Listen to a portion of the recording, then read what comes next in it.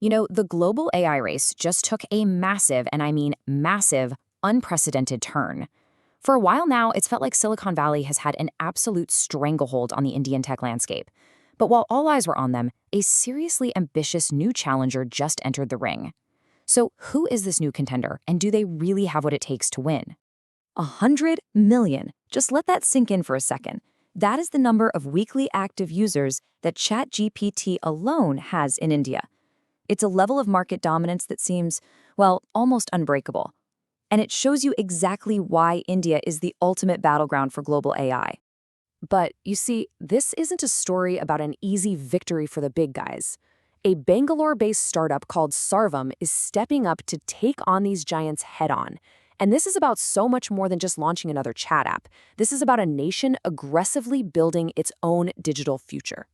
Okay, so let's meet the ultimate contender. Sarvam has officially launched the Indus chat app, and it's all built around their brand new, homegrown large language model. Now, this isn't just some copycat. It's a platform built from the ground up with a very specific and very local mission in mind. And the scale we're talking about here is just huge. 105 billion. That's the number of parameters in the Sarvam 105B model. Now, for anyone who isn't a tech expert, just think of parameters as kind of like the neurons in an AI's brain. So yeah, this thing is an absolute powerhouse of data and processing capability. And all that power is driving an app designed to be incredibly easy to use. The Indus app is made specifically for local Indian languages, which breaks down a huge barrier right there.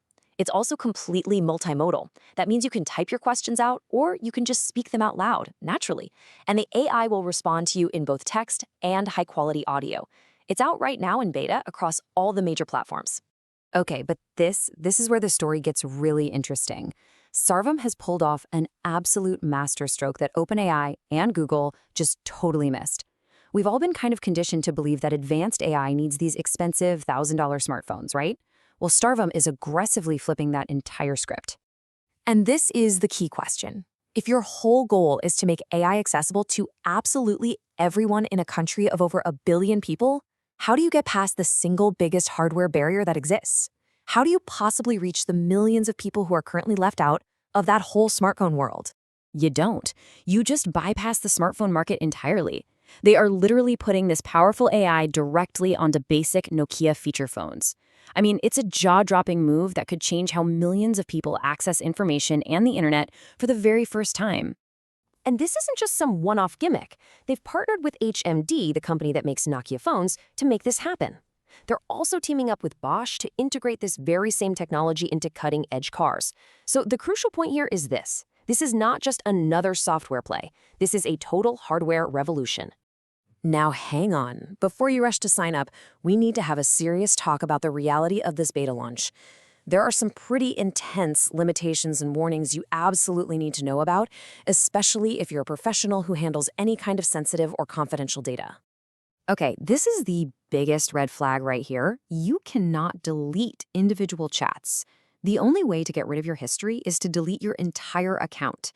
Look, in this day and age, that is a massive privacy concern that you really need to take seriously. On top of that, the service is currently only for users inside India, and because they're rolling this out on pretty limited server capacity, you're probably going to hit a frustrating waitlist. And one last thing, the app's internal reasoning feature can't be turned off, which means response times can be painfully slow sometimes. So please, whatever you do not put any sensitive queries into this app just yet. But to really get what Sarvam is doing, we have to zoom out. This isn't just about competing with ChatGPT for daily users. No, this is a strategic move in a much larger geopolitical game. It's a concept you're going to be hearing a lot more about. It's all about something called sovereign AI. This is the idea that a nation, especially a rising superpower like India, needs to be able to build and control its own AI infrastructure, because relying entirely on foreign models, which are controlled by foreign companies and governments, is a massive strategic vulnerability. And this slide right here shows you why that vulnerability is so real. For Anthropic's model Claude, India is already the second largest market in the entire world, making up almost 6% of all global usage. That's a huge amount of data and dependence flowing out of the country. Sarvam is stepping into that ring as a powerful, homegrown alternative to take back that digital territory. Now, let's be crystal clear about something. As of right now, there are no official performance benchmarks that prove Sarvam's model is smarter or faster or more capable than something like GPT-4. We just don't have that data. But what if that's not even the point?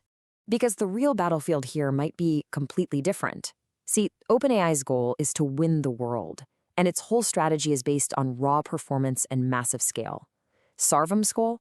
It's to win India and all the vast untapped markets the tech giants have just ignored. Their strategy is all about accessibility and localization. Which leaves us with this final thought. By capturing a totally new market on feature phones and leaning hard into local languages, Sarvam might not even need to beat OpenAI on a global stage. They just need to win India. So the question is,